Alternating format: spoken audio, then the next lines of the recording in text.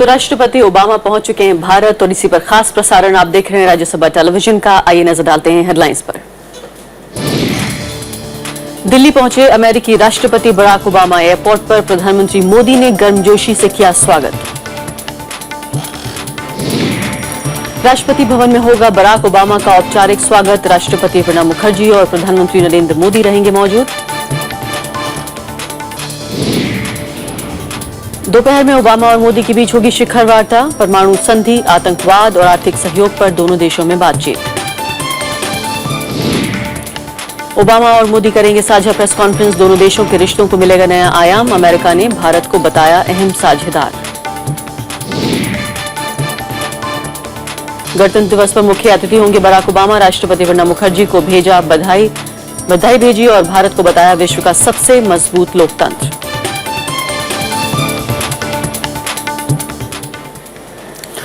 जी हां, तो अमेरिका के राष्ट्रपति बराक ओबामा 3 दिवसीय भारत यात्रा पर दिल्ली पहुंच गए हैं। उनके साथ अमेरिका की प्रथम महिला मिशेल ओबामा भी साथ आई हुई हैं। तस्वीरें आप देख रहे हैं कुछ ही देर पहले की। आज सुबह प्रधानमंत्री नरेंद्र मोदी ने प्रोटोकॉल तोड़कर पालम एयरपोर्ट पर उनका गर्मजोशी से स्वागत किया। अब से कुछ ही देर बाद ओबामा दोपहर करीब 12 बजे राष्ट्रपति भवन में जाएंगे। यहां उनका भव्य स्वागत किए जाने की पूरी तैयारियां हैं। इसके बाद ओबामा दोपहर करीब 12:40 पर राजघाट भी पहुंचेंगे और महात्मा गांधी को श्रद्धांजलि अर्पित करेंगे। बराक ओबामा और प्रधानमंत्री नरेंद्र मोदी हैदराबाद हाउस में वॉक एंड टॉक कार्यक्रम में हिस्सा लेंगे और इसके बाद ओबामा और मोदी की प्रतिनिधिमंडल स्तरीय बैठक होगी। बैठक के बाद 4:10 पर दोनों नेता संवाददाताओं को संबोधित करेंगे, बातचीत करेंगे प्रेस से। शाम को बराक ओबामा राष्ट्रपति प्रणब मुखर्जी के साथ आधिकारिक भोज में शामिल होंगे और राष्ट्रपति भवन जाएंगे शामिल होने के लिए।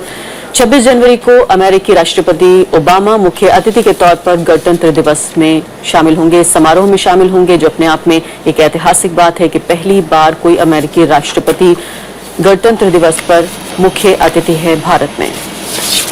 Okay. Bharat, one of the things we are talking of various things, what may happen and what may not happen. But there are problems which the Prime Minister faces. There are certain, section of people in this country who are not really in favor of certain agreements, especially the IPR, the patent regime. There is some demand from the US that, about the patents, pharmaceuticals and all. You think that the Prime Minister will be able to overcome these kind of internal problems or internal dissent? Why do you think that the Prime Minister doesn't have these issues with America? He represents India. These are India's issues. They are not issues of certain individuals on IPR. IPR in drug and pharmaceuticals is linked to the healthcare system in India, which the Prime Minister is promoting. If you want healthcare for all, you want cheaper medicines. You would have to have compulsory licenses for the 2 drugs that have been given compulsory license, Bayer and Novartis. One is a cancer drug, the other one is also a cancer leukemia drug. These are drugs which are very, very expensive. That compulsory licensing in one case has brought down the price by 97%. Right. So I don't see any division between the Prime Minister and certain individuals. I think India's interest is in having compulsory licensing, seeing to it that its citizens have access to medicines which are necessary for them. And this will be an issue. It's a difficult issue. We'll have to find some way around it. Now, what is that way? I'm not an expert. I can't tell you. Okay. But it's an issue that the Prime Minister himself will have to take head on. Absolutely. Prakash, my question is this: when it comes to these kind of issues, there are analysts, there are observers who feel that Americans, when they try to take and give, it's a give and take kind of a situation with them. Quid pro quo is the order of the day. So in this kind of situation, if IPR, this whole patent thing becomes a bargaining position, you think that anything can move forward? I don't think it works that way in terms of the resolution or a solution being the utmost imperative. I think these are substantive issues with a lot of technical details and with a lot of background and context. Just to take this particular example with pharma and with the IPR, after all, we are quite sure that we are WTO compliant. We haven't, in terms of all the international frameworks that exist, including TRIPS, including WTO, our analysts, our experts believe that we are WTO compliant. And what is being done in terms of these two drugs is something that is a national necessity. So first of all, we are bound by international law. Even developing nations are Developing behind. nation. So I'm sure that our side will be able to put across its point of view, and the Americans might have another view with regard to what their constraints, their requirements are if these companies were to either sell the technology or were to invest in it. And then it is really for both sides to negotiate. And I don't think that either side at the political level will force down an artificial solution which is not amenable to logic or reason down the throats. And we are also known as hard negotiators. You know, we have been talking about Americans being hard-nosed, but let us look at the example of what happened with regard to these food subsidies in WTO. Right. I mean, this was an important issue and we were very skeptical, but a solution was found. A much larger problem than nuclear liability. A temporary solution has been found. And let us go back to the nuclear regime itself. We are now only talking of nuclear commerce. That is one aspect of it. But when India was under nuclear apartheid, when we were really outcast, it was a breakthrough under the UPA, and which we have continued. So I think both sides, I would say, have sufficient expertise and also have sufficient instinct to look after their own interests, and sometimes there is also the grand bargain in terms of a little bit and give and take. But this is also being worked out through the system. Chidanand, how would you look at it? You know, one of the strongest lobbies in America is said to be the pharma lobby, and they have certain interests in this visit also, and I'm sure some of those leaders of the pharma industry were also here with the president. Absolutely, but listen, first of all, I don't think there's a lot of daylight between this government and the previous government when it comes to representing, national issues of national concern like this IPR or trade. Having said that, I also want to point out, don't for a moment underestimate the kind of support that the American people have for the Indian position. This whole drug thing, the dispute over IPR and the patent regime, it's more industry driven. It's more the drug industry. After all, the American people too want much, affordable medicines, affordable health care. It's a huge issue there. And in fact, I have said for the longest time that, people ask, what's a big ticket item after the nuclear deal? And I've always said a healthcare deal. I wish these two countries would negotiate and come to, some kind of agreement over, providing over, whether it's medication or healthcare. We have certain strengths, the Americans have certain strengths, and somebody has to talk about, this huge issue. After all, the United States spends 17% of its GDP, almost $3 trillion on healthcare, and there are ways that we can help them. And there are ways, the whole generic medicine industry has also helped the American people. After all, everyone there too wants, more affordable medication. So I always distinguish between the pharmaceutical industry, which is very powerful. And you're right that, a lot of them, they are the biggest funders in the US Congress. The system has now got so corrupted that they have... लेकिन चिदंबरम जी ये मुद्दा उठा रहे हैं, बिल्कुल आम आदमी से जुड़ा हुआ मुद्दा है, लेकिन एक और बिल्कुल आम आदमी से जुड़ा मुद्दा जो है वो वीजा पॉलिसी को लेके है अमेरिका की. क्या आपको लगता है कि कोई ऐसी बात, कोई ऐसे माहौल बन रहा है जिसमें जो है जो H1B वीजा पॉलिसी है उसमें लिबरलाइज करने की, उसको खोलने की कोई ऐसी बात प्रधानमंत्री मोदी कर सकते हैं? क्या आपको अमेरिका से इस तरह की कोई खबरें सुनने को मिली है कि इस पर लेकर कोई राय बन रही है? नहीं, बिल्कुल नहीं. उस पे तो दो चीजें हैं. वन इज इंडिया जो है, we are not hard bargainers when it comes to the issue. Prakash thinks that we are also hard bargainers in other areas, but somehow in the area of visa we tend to be a little more diffident. I'll give you a small example. For instance, the United States has special deals with Chile and Argentina for special visas. We have never taken that route. We have never negotiated with the United States saying, look, after all, at the end of the day, services are one of our biggest strengths. Our biggest asset is human capital. We want our, not just technology America का जो workers, argument blue collar workers to go out into जो the American world. Side की दलील है, argument है, वो ये है कि इंडिया जो है वो पहले ही टॉप रेसिपिएंट बन चुका है H1B वीजा का। 65,000 लोगों को जो है वो नवंबर 2014 तक वीजा दिए जा चुके थे। तो क्या आपको लगता है कि जिस तरह से आप ये कह रहे हैं कि हमारे पास जो एक ह्यूमन रिसोर्स है उसको जो है अमेरिका भी एनकैश करना चाहता है, लेकिन उसके बावजूद भी जो उनके घरेलू हालात हैं, फिलहाल नौकरियों की जिस तरह से कमी है, उस सबको देखते हुए कहीं ना कहीं जो वो प्रोटेक्शनिज्म की जो पॉलिसी हम देख रहे थे पिछले दिनों में, उसमें कोई फर्क पड़ेगा अभी आने में? जी ठीक आपने, there is a little bit of, it's a very sensitive issue because they don't want to be seen as either exporting American jobs or giving up American business interests. And like the drug industry, there are also other industry leaders there. In this case, the industry leaders in technology want more visas and want more foreign labor. It's the unions and it's the labor which is against it. So these are sensitive issues. They have to be very conscious. But overall, I get the sense that we have never been persistent in presenting our case that human capital is one of our biggest assets. In terms of trade. We need more access, not just in the United States, in Canada, in Australia. After all, if Indians get 70% of H1B visas, it's also because we have the qualified person. Absolutely. लेकिन चिदानंद We ji, have इसके the अलावा skills. जी अखिलेश सुमन भी इस वक्त हमारे साथ मौजूद है, उनकी तरफ जाएंगे। लेकिन भारत भूषण ये बताइए कि फिलहाल जो एक हिंदुस्तानी का जो अमेरिकन ड्रीम हुआ करता था, कहीं ना कहीं पिछले दिनों में जो प्रोटेक्शनिज्म की जो पॉलिसी है उसको थोड़ा धक्का पहुंचा है। उस सबके बावजूद जो चीप लेबर जिसका हम जिक्र कर रहे हैं कि क्यों सबसे ज्यादा टॉप जो है रेसिपिएंट बन रहे हैं भारतीय, उसकी भी एक वजह है कि इतने सस्ते दामों पर जो है अच्छा टैलेंट मिलना भी अमेरिकियों के लिए मुश्किल है। उस सबके बावजूद आपको क्या लगता है कि वाकई जो एक डेमोक्रेट लाइन कहलाई जाती है वही लेंगे बराक ओबामा, इससे बाहर आकर कुछ कह सकते हैं? जिस तरह से हमने कहा कि अभी उनकी पॉलिटिकल एम्बिशंस भी उस तरह की नहीं है, दूसरा दौर भी उनका खत्म होने वाला है, क्या कुछ ऐसा फैसला करने की स्थिति में है? मैं चिदानंद की बात से बिल्कुल सहमत हूँ। इंडस्ट्री जो है चाहती है कि ज्यादा H1 और L1 वीजाज लोगों को दिए जाएं, लोग वहां पे जाएं। ये मेरे को लगता है कि इसको रोका नहीं जा सकता है, क्योंकि अगर आप फ्री मूवमेंट ऑफ कैपिटल चाहते हैं तो ये हो ही नहीं सकता कि फ्री मूवमेंट ऑफ लेबर ना हो।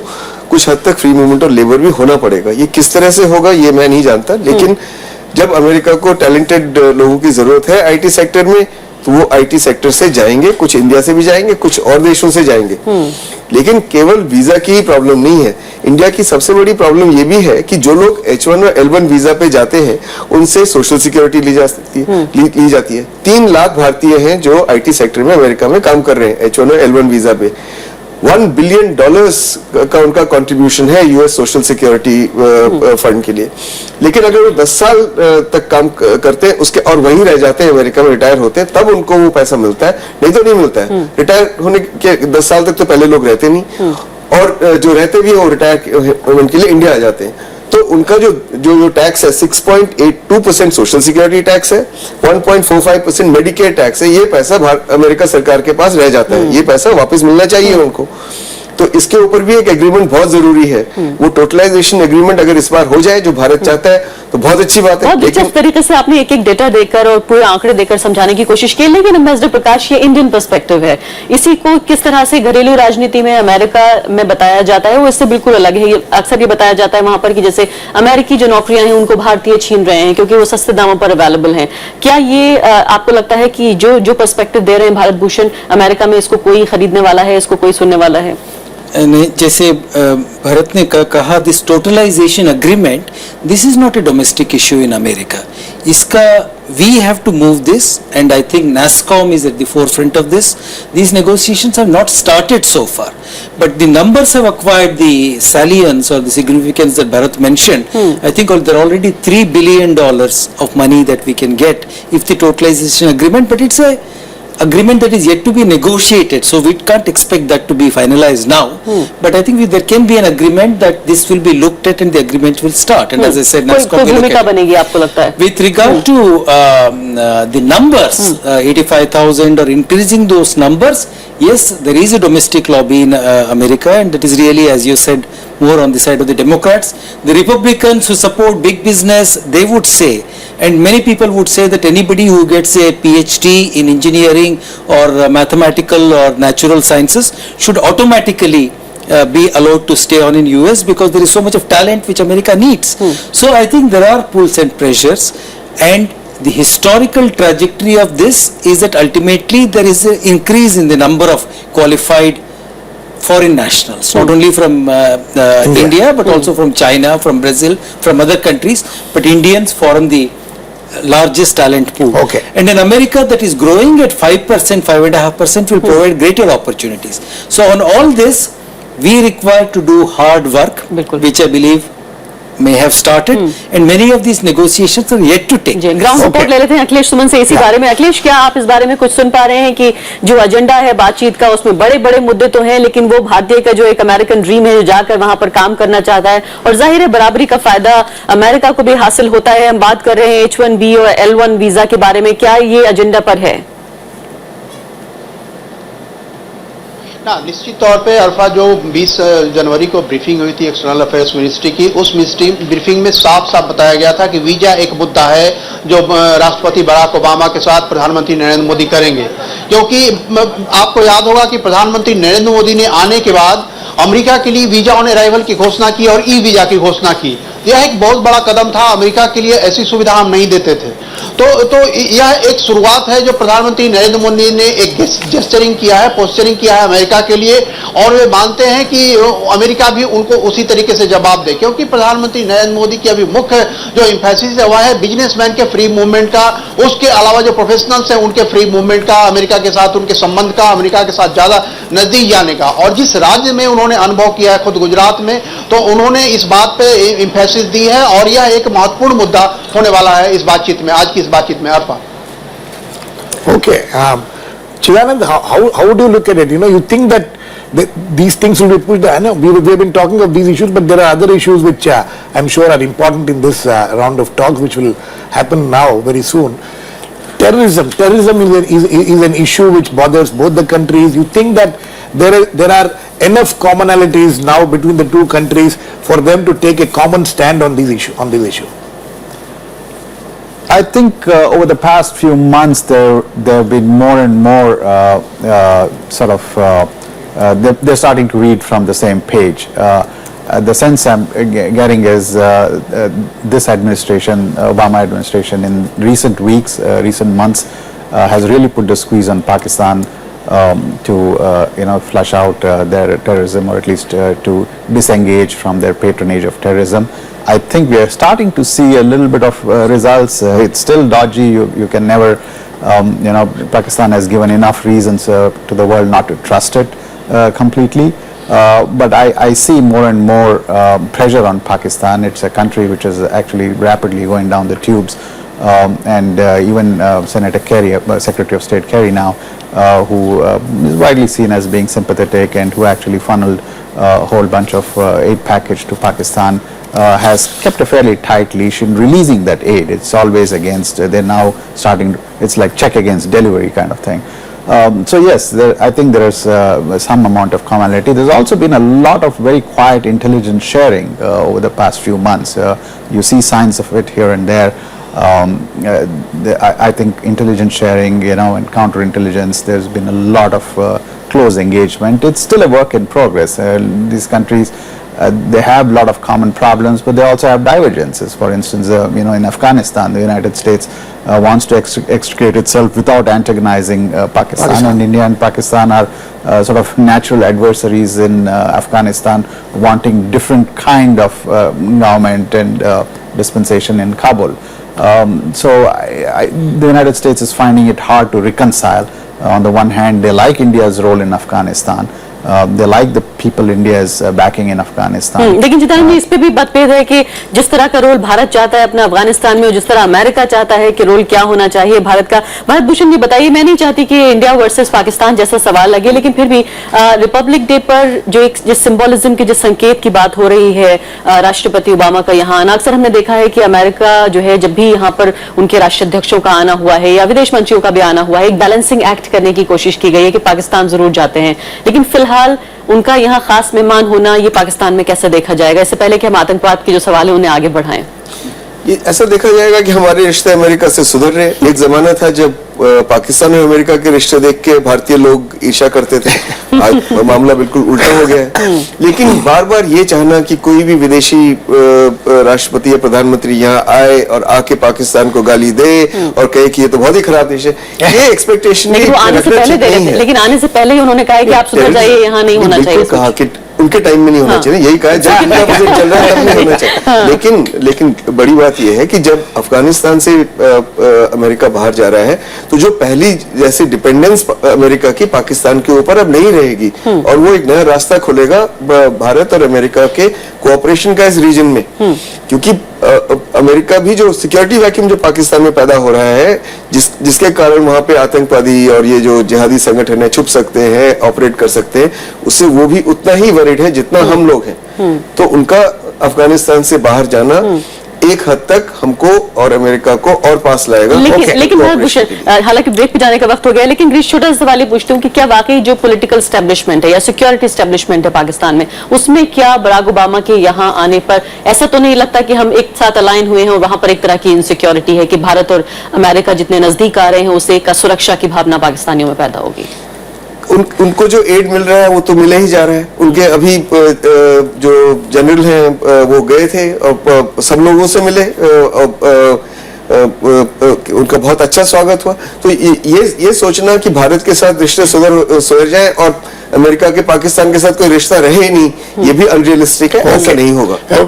Very quickly, Prakash, before we go into a break, how do you look at this? You think that on the issue of terrorism, there's going to be any major breakthrough? You see, on the principles of counterterrorism, on the theory, on the ideology, or on the broad principles of counterterrorism, we are absolutely on the same side. Right. We condemn terrorism. We believe that there is no justification. We are against all kinds of extremism, terrorism, and so on. We face similar threats. We face similar threats, and on the basis of giving support, safe haven, terrorist financing, all these, both the large principles and the micro details of terrorism in terms of the principles, we are on the same side. When it comes to certain terrorist outfits, America as a global player with all kinds of strategic interests from its point of view in Afghanistan and in Pakistan and maybe in the Middle East, regards some terrorist outfits, even if it knows that they are terrorist outfits, as something which will not come under its sanction or under its radar. प्रकाश, हमें यहाँ पर फिलहाल एक break लेना होगा और छोटे से ब्रेक के बाद हम फिर वापस आएंगे। Thanks to Ambassador B.S. Prakash. We'll continue this discussion with our other guests. Thank you, Mr. Prakash.